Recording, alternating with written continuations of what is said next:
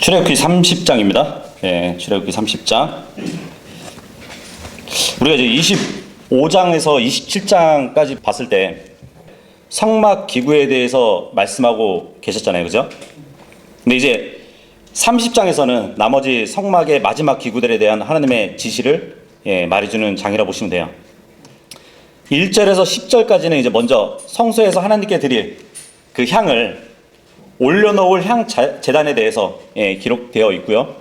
그리고 11절에서 16절까지는 인구 조사를 통해 가지고 생명의 속죄 자금을 내게 하시는 그 장면을 보여줍니다. 생명의 속죄 자금을 내게 하셔서 또 그 사람들을, 백성들을 계수하는 그 기록이 쓰여져 있고요.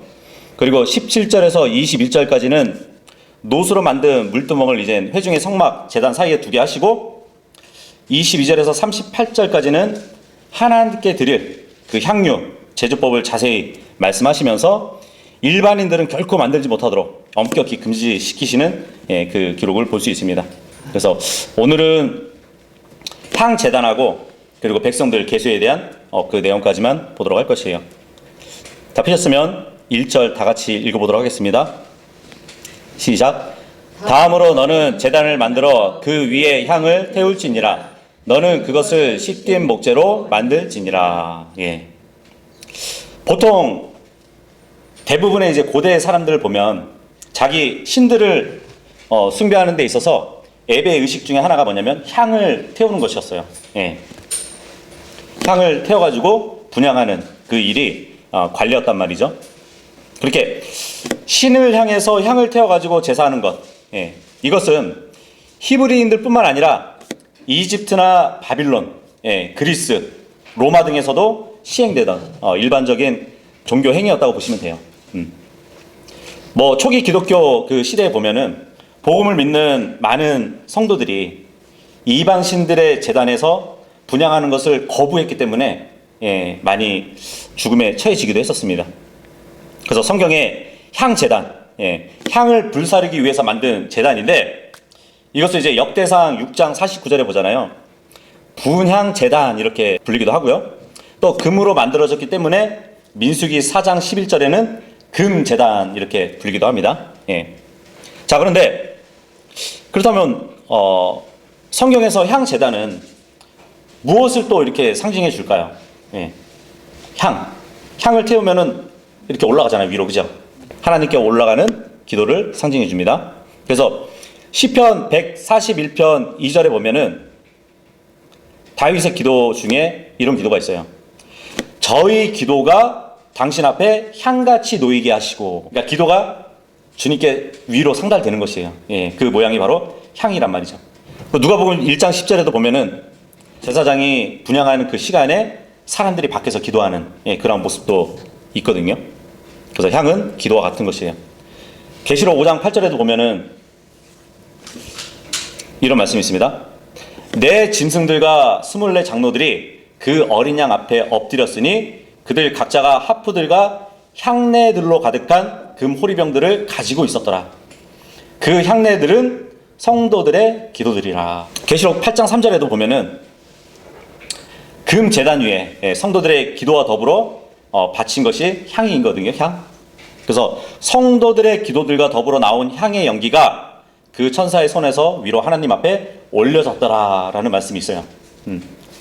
향을 태우기 전에 먼저 해야 될 일이 뭐냐면 성막에서 놋 제단에 제물을 바쳐가지고 자신의 제값을 치러야 돼요. 무조건 주님께 기도할 수는 없잖아요.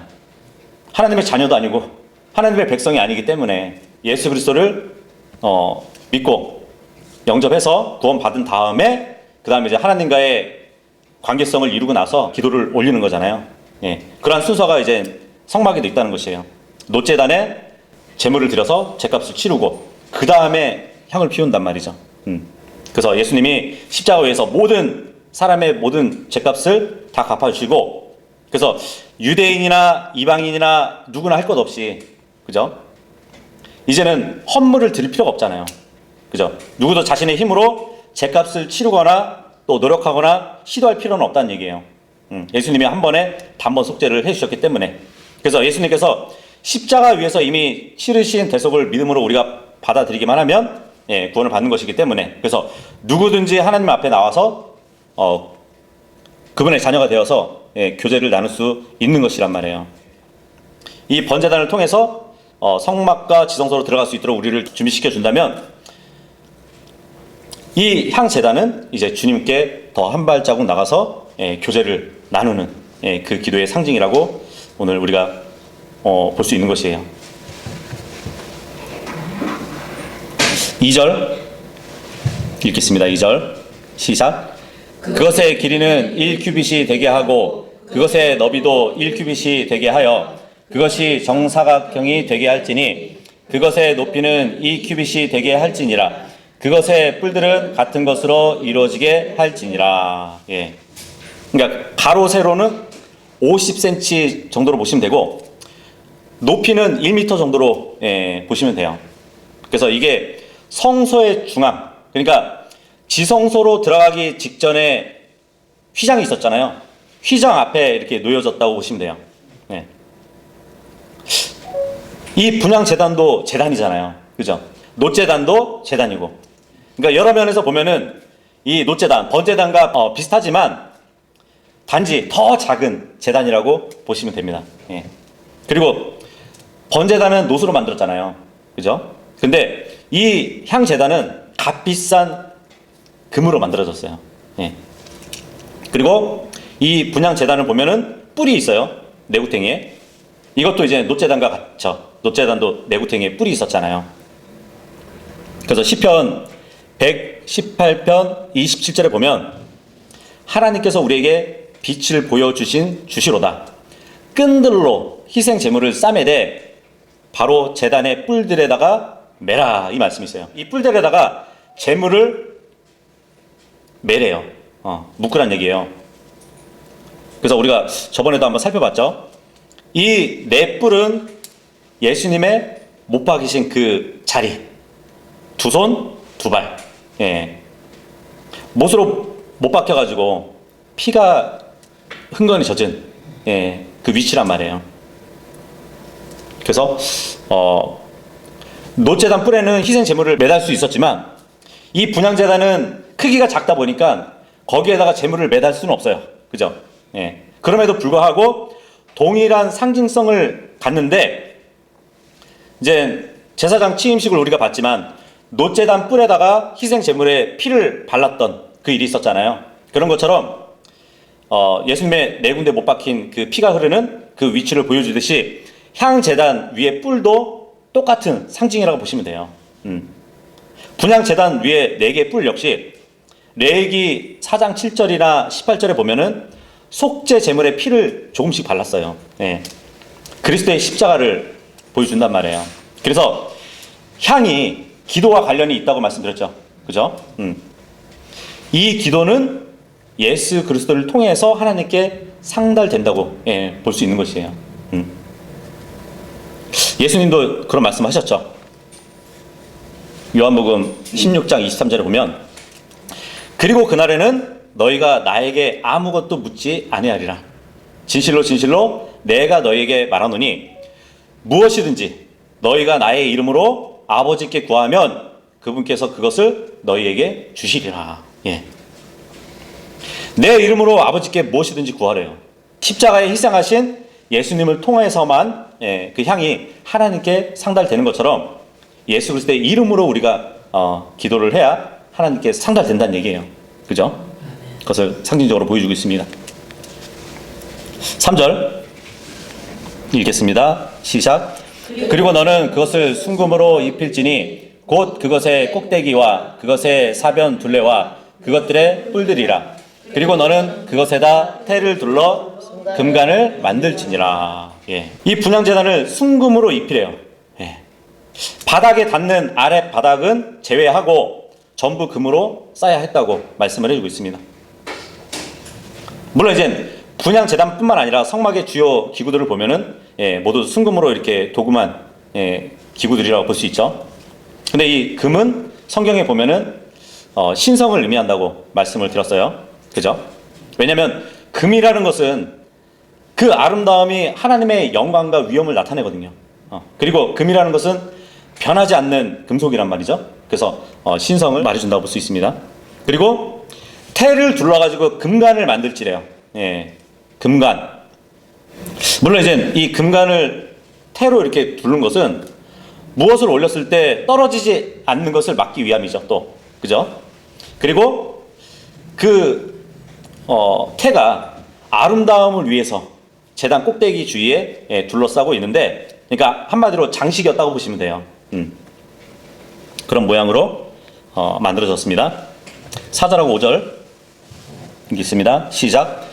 그리고 나서 너는 그것에 2개의 금 고리들을 만들지니 그것의 관 아래에 있고 그것의 2 모서리 옆에 있는 그것의 2 측면들에 너는 그것들을 만들지니라.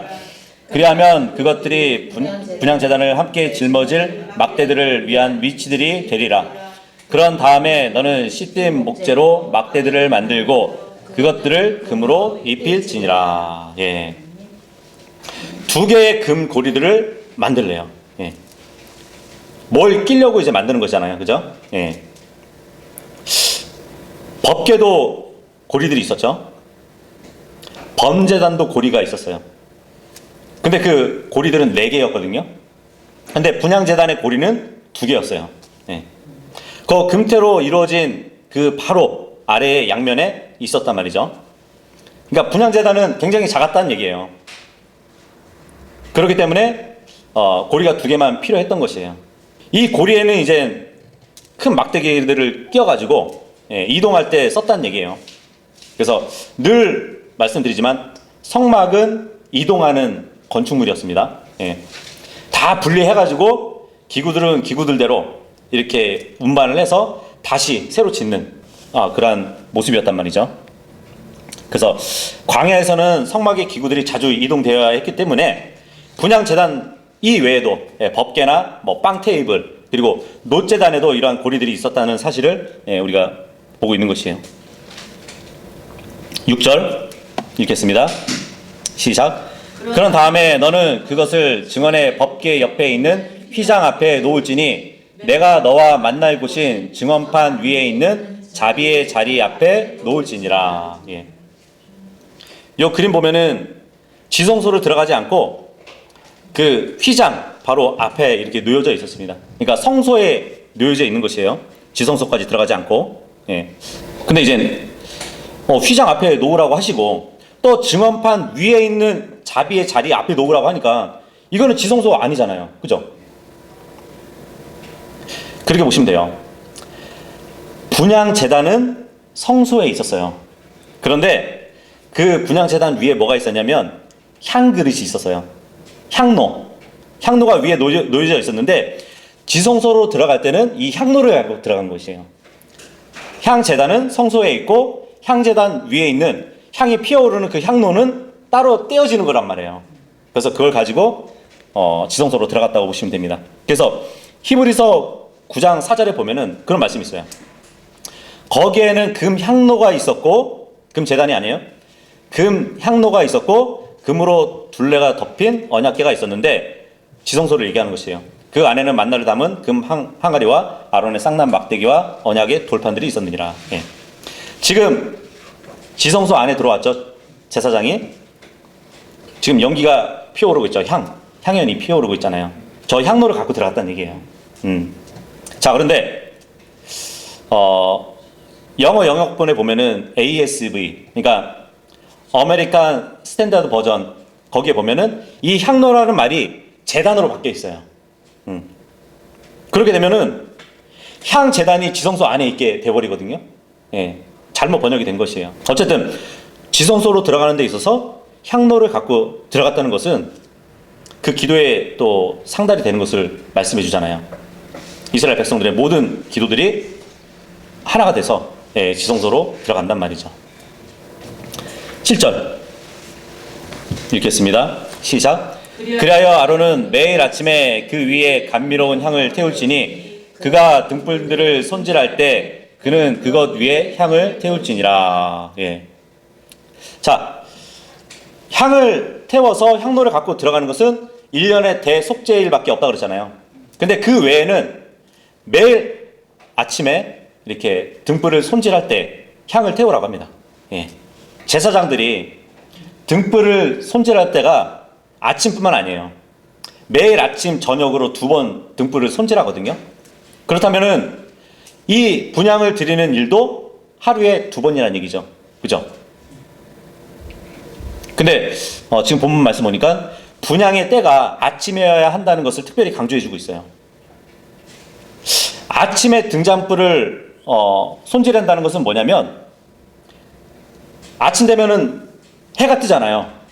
그러면은 성소 안에 등불이 필요할까요? 필요하지 않잖아요. 그러니까 등불을 끄는 일을 하는 것이에요. 예.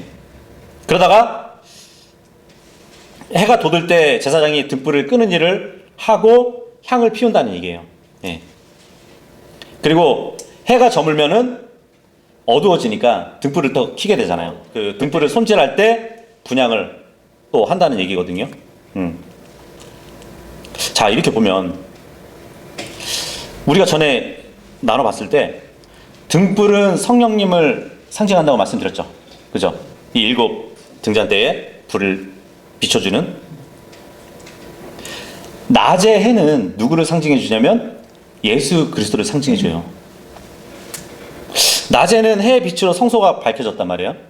그리고 밤에는 등불로 인해서 성소가 밝혀졌다는 얘기죠. 예수님과 성령님.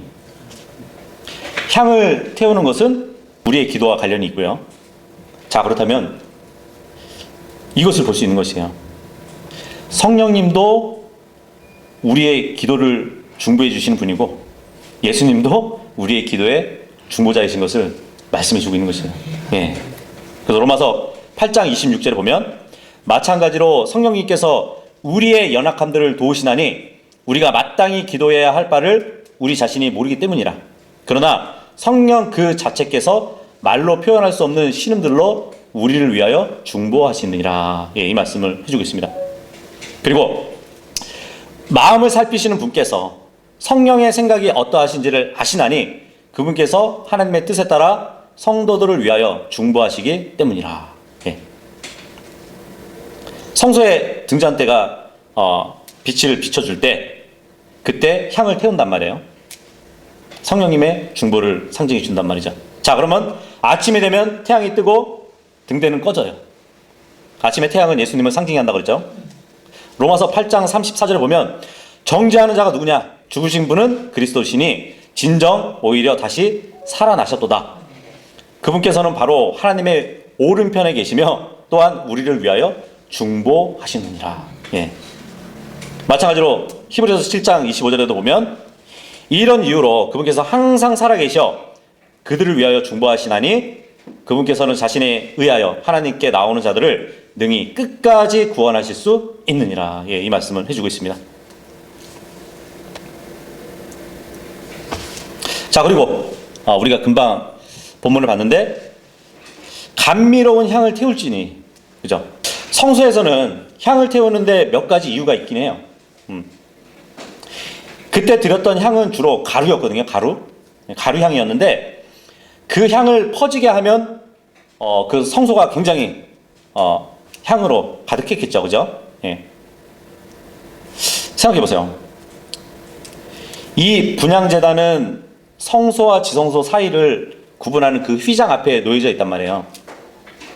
그 향을 태우는 공간을 제공하는데 이 향은 바로 그 위에 태워져 가지고 지성소뿐만 아니라 성소까지 다 향내로 가득하게 했단 말이죠. 그래서 실제적인 이유로 이 향이 태워진 이유가 뭐냐면 단순히 종교적으로 태워진 것이 아니라 대다수 가정들이 이 성막 근처에서 동물들을 키웠거든요. 그래서 동물들의 냄새가 가득했어요. 예, 그 주변에는 악취가 많이 났단 말이에요. 거기에다가 성막에 들어와서 제물을 바치잖아요. 그러면 그 제물을 죽이고 피를 내면은 피 냄새로 가득할 것이에요. 그죠? 희생 제물을 죽일 때도 그렇게 유쾌하지 않은 냄새들이 진동했단 말이에요. 그래서 임재하시는 그 하나님을 존중하는 그 마음에 있어서 이 향을 태우면서 그 냄새들을 잠재운 것이죠. 예. 성소 안에서 분향을 하면서 그러한 악취들을 다 제거시켜 주는 것이에요. 네. 그래서 그러한 실제적인 기능이 있었기 때문에 이 향을 태웠다고 보시면 됩니다. 8절 읽겠습니다. 시작. 그런즉 아론은 자신이 등불들을 밝히는 저녁 때에 그것 위에 향을 태울지니 곧 너희의 세대들에 걸쳐 주 앞에서 영속적인 향이라. 예. 아까 우리가 봤듯이 아침에 등불을 손질할 때 향을 태우라고 그랬잖아요. 근데 지금 8절에 보니까 등불을 밝히는 저녁 때에도 향을 피우래요. 아침 저녁으로 향을 피웠다는 얘기예요. 그죠? 이렇게 보면은 우리 성도들이 배워야 될 것은 매일 끊임없이 기도를 해야 된다는 것을 말해주고 있죠. 아침 저녁으로. 그죠? 9절도 읽겠습니다. 시작. 너희는 그 위에 이상한 향을 바치지 말지니 번제의 희생 제물도 바치지 말고 음식 제물도 바치지 말지니라. 또한 너희는 그 위에 음료 제물도 붓지 말지니라. 예. 여기서 이상한 향을 바치지 말래요. 뭐 어떤 성격을 가리키는 건지 분명히 알 수는 없지만 34절에서 38절까지 보면은 향을 만드는 법이 있거든요. 근데 그 향을 만드는 법대로 만들지 않은 향을 올리지 말라는 얘기 같습니다. 자, 그리고 고대 근동에서는 특별한 목적으로만 향을 피웠기 때문에 어떠한 향의 남용을 막기 위한 말씀이라고 또 볼 수 있겠어요. 또 이제 이상한 향을 바치지 말라고 그랬는데 이와 유사한 경우가 어디 있냐면 레위기 10장 1절에서 3절까지 보면은 아론의 아들들이 하나님께 이상한 불을 붙이는 바람에 죽어버렸잖아요. 그죠? 이상한 불. 번제단에 있는 불을 가지고 와서 태워야 되거든요. 예. 근데 다른 불로 태우게 되면은 이상한 향이 될 수도 있다고 또 보여지기도 하죠. 그런데 이 향 제단에 다른 어떤 희생 제물도 바치지 말래요. 그러니까 그 기능으로 쓰지 말라고 또 말씀해주고 있어요. 그리고 음료 제물도 붓지 말래요. 향을 태우는 그 일만을 위해서만 이 기구를 사용하라는 말씀을 해주고 있습니다. 예. 그러니까 오직 분향에만 사용된다고 말씀을 해주고 있는 것이에요. 물론 이제 이 분향 제단이 생김새는 번제단하고 굉장히 유사하게 생겼거든요. 예. 그래서 혹시라도 제사용으로 잘못 사용되어질 그 위험을 주님께서 말씀해주고 있는 것이거든요. 그리고 이 향제단은 항상 향을 피우기 때문에 늘 향기롭고 깨끗한 제단이었죠. 그죠? 그러니까 희생제사를 거기다가 드리거나 음료를 붓게 되면은 깨끗함을 완전히 상실되어 버리거든요. 예, 그래서 본래의 의미가 사라지기 때문에 성막의 기구들은 모두 자기의 고유의 용도를 갖고 있기 때문에 이 향제단도 향을 태우는 그 일 말고는 다른 일로 사용하지 말라고 그렇게 말씀을 해주고 있는 것이에요. 여기서 음료 제물, 뭐 포도주나 이제 독주를 붓는 그 일을 하지 말라는 말씀을 하고 있는 것이에요. 10절 읽겠습니다. 시작. 그리고 아론은 1년에 한 번 속죄들에 속한 죄 제물의 피를 가지고 그것들의 뿔들 위에 속죄를 이행할지니라. 너희의 세대들에 걸쳐 그 해에 한 번 그는 그것 위에 속죄를 이행할지니라. 그것은 주께 지극히 거룩하니라. 예. 뿔들 위에 속죄를 이행하라고 합니다. 예. 비록 분향제단은 매일 하나님께 향을 바치는 데 쓰는 거룩한 기구이지만 근본적으로 죄인인 제사장들의 손에 접촉이 되는 제단이잖아요. 그래서 제사장의 손에 접촉되는 그 동안에는 의식적인 부정을 입게 될 수도 있어요. 그래서 하나님은 계속 이 거룩한 기구를 사용하기 위해서는 매년 한 번씩 피로써 정결하게 하라는 명령을 해주고 계시거든요. 노제단도 1년에 한 번 기름을 부어가지고 거룩하게 구별시키라고 하신 말씀처럼 지금 이 분향제단도 뿔에다가 피를 이렇게 바르래요. 대속죄일에 이 일을 하라고 합니다. 물론 이 제단이 스스로 부정해져가지고 이렇게 속죄를 했다기보다는 대제사장이 죄를 지었거나 아니면 이 회중들의 어떠한 과실로 불의를 행한 일이 있거나, 예, 그럴 경우에 이 제단 뿔에다가 피를 발라가지고 제단 자체를 깨끗하게 하라는 말씀을 해주고 있는 것이에요.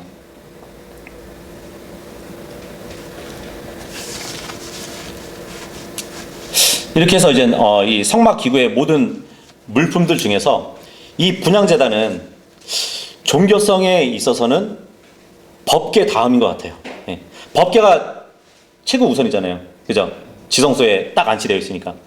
그 다음에 하나님과 가까이 있는 것이 이 분향제단이거든요. 예. 그래서 성막에서 가치를 둔다면, 예, 두 번째 가치로 볼 수 있다는 것이죠. 그럼에도 불구하고, 예, 성소에서 쓰이는 모든 도구들은 다 짐승의 피로 인해서 깨끗하게 정결하게 만들 필요가 있다는 것이에요. 대속죄일에는. 물론 이제 여기 제 제물의 피를 가지고 들어가서 뿔들 위에 속죄를 이행할지니라, 이 말씀은 속죄 제물이 어떤 거냐면 우리가 전에 봤듯이 숫송아지, 예, 그 피로 가지고 바를 수도 있고요. 레위기 16장에 보면은 순염소 아니면은 순양 등의 피를 가지고 가서 뿔에 이렇게 바르는 기록도 있습니다. 그렇게 하면은 주님 앞에 거룩한 기물이 된다고 말씀해 주고 있어요. 근데 여기 본문에 보니까 그것은 주께 지극히 거룩하니라, 이 말씀을 하고 있거든요. 지극히 거룩하다는 말은 지성소에만 해당되는 말이거든요. 예. 근데 지금 분향제단에 적용을 하는 데 있어서 지극히 거룩한 분향제단이라고 말씀해 주고 있어요. 그러니까 지성소 안에는 법궤가 있는데 그 법궤뿐만 아니라 이 분향제단은 비록 성소에 있지만 지성소에 있는 한 기구로 취급해 주고 계시는 것이에요. 네. 물론 히브리서 9장 3절하고 4절에 보면은 분향제단에서 태운 그 향을 넣은 향로를 지성소로 가지고 가기 때문에 그렇게 말씀하시고 있는 것 같아요. 네. 그래서 영적으로 이 분향제단 위에서 피어오르는 그 향, 예, 성도의 기도를 하나님께서 매우 값지게 간주하신다는 얘기잖아요. 그죠? 예. 단순히 거룩하다고 말씀하지 않고 지극히 거룩하시다고 말씀하시는 것은 이 향, 성도의 기도가 주님 앞에서는 매우 값진, 예, 그 일이라는 것을 말씀해 준단 말이죠. 11절하고 12절 읽겠습니다. 시작. 이어서 주께서 모세에게 이같이 일러 말씀하셨느니라. 네가 이스라엘 자녀들의 수에 따라 그들의 총합을 내는 때 곧 네가 그들을 계수하는 그때 그들 곧 모든 사람은 저마다 주께 자기 혼을 위한 속죄물을 드릴지니 네가 그들을 계수할 때 그들 사이에 재앙이 없게 하려 함이라. 예.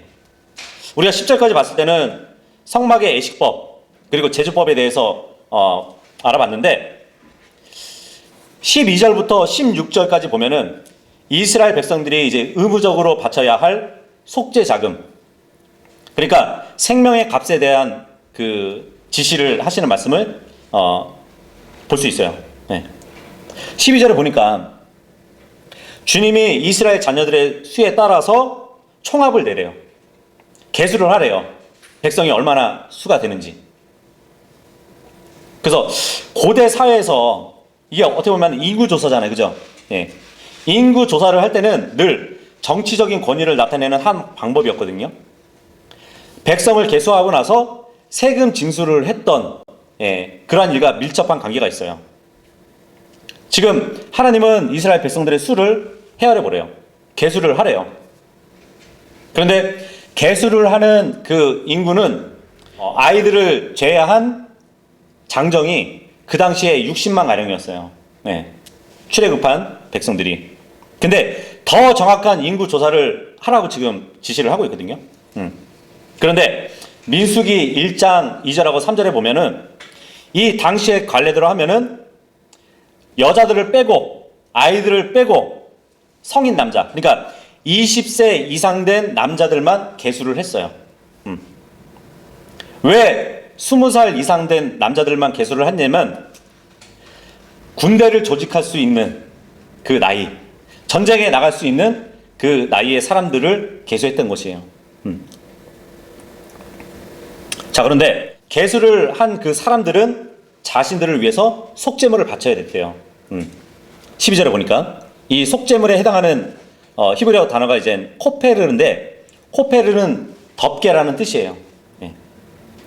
뭘 덮어주는 용도로 내야 할 그 속죄물을 얘기하는데, 죄인들의 죄를 덮어주는 그 일을 하는 것이 속죄물이에요.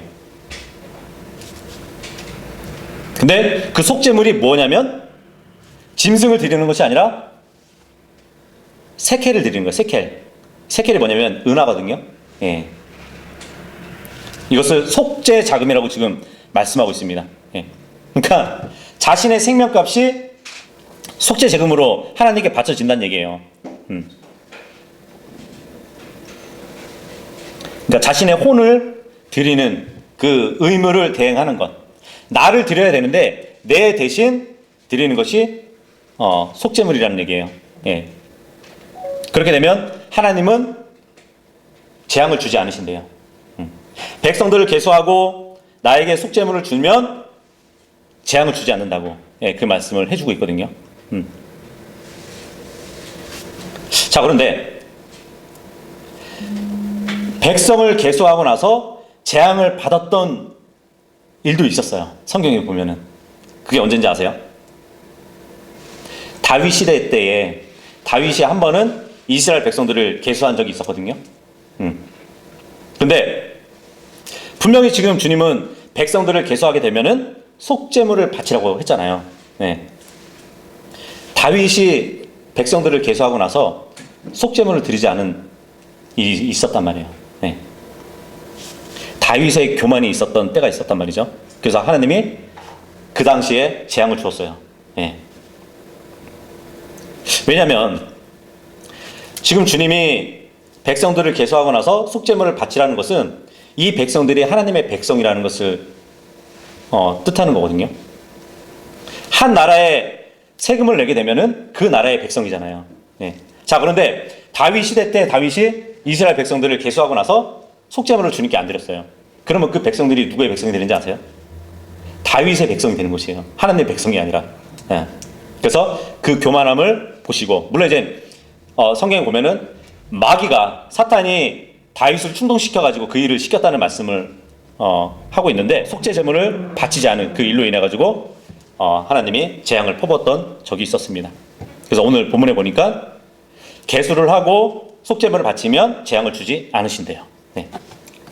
13절, 그렇다면 그 속죄물을 어느 정도 바쳐야 되는지 말씀해 주고 있는데, 13절 읽겠습니다. 시작.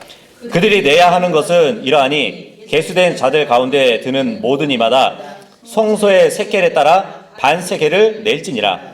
1세겔은 20계란이라. 반 세겔은 주의 봉헌물이 되리라. 예. 성경에 나오는 세겔이라는 단위가 세 가지가 있어요. 예. 하나는 성소 세겔이 있었고요. 두 번째는 왕실 세겔이 있었어요. 사무엘하 14장에 보면은 왕실 세겔이 있었는데, 그리고 한 가지는 일반 세겔이 있었어요. 여기서 일반 세겔 하면은 그 은하의 중량이 약 11.4g 그 정도. 그리고 성소의 세겔은 이보다 조금 가벼운 9.7g 정도. 예.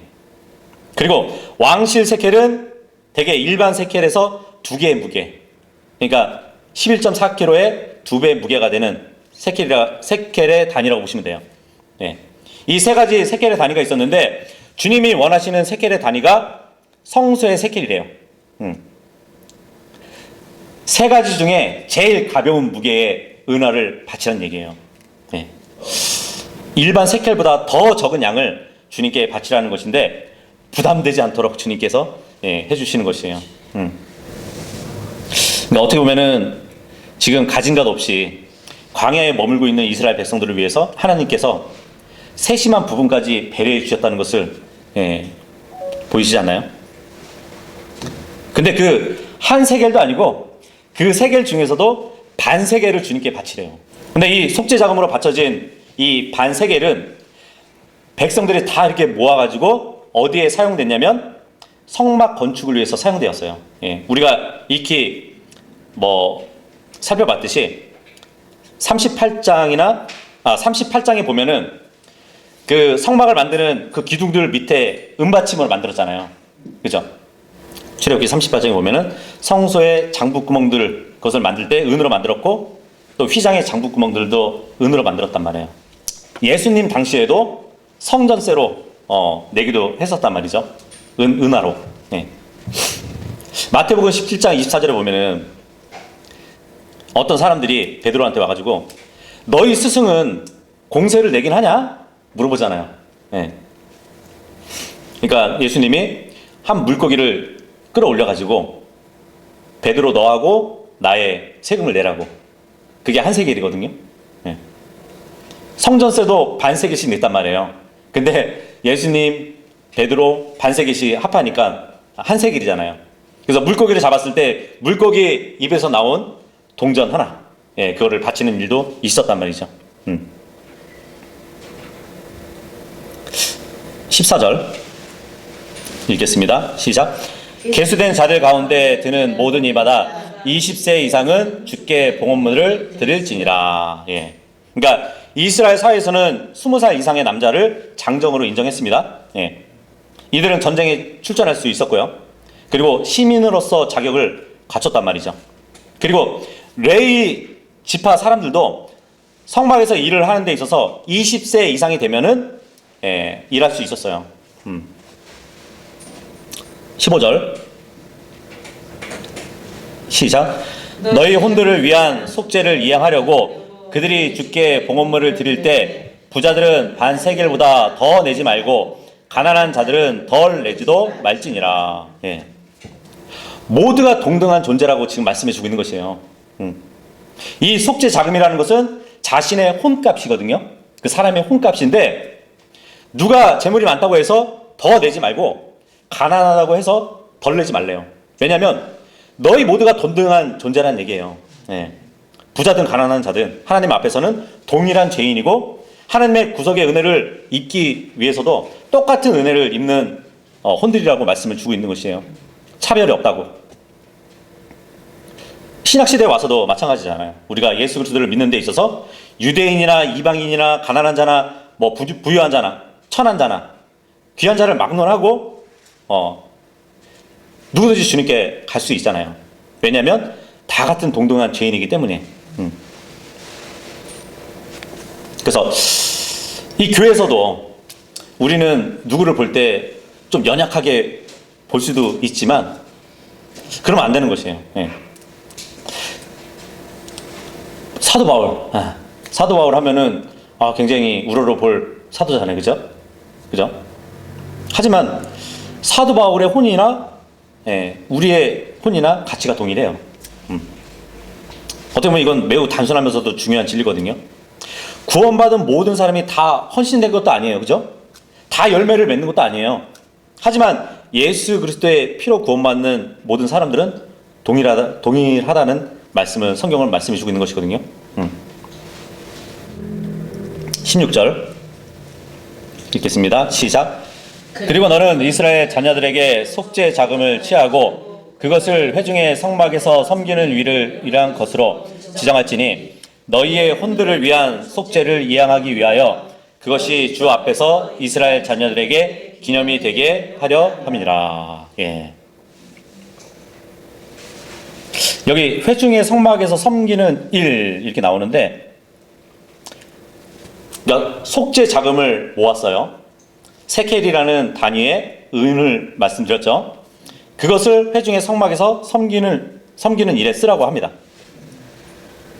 그리고 당시 이제 일반적으로 인구 조사를 통해 가지고 이 징수된 세금이 국고나 아니면은 왕의 개인의 소유로 쓰였던 것처럼 이스라엘에서는 하나님을 섬기는 일에 사용되어졌다는 것을 말씀해 주고 있습니다.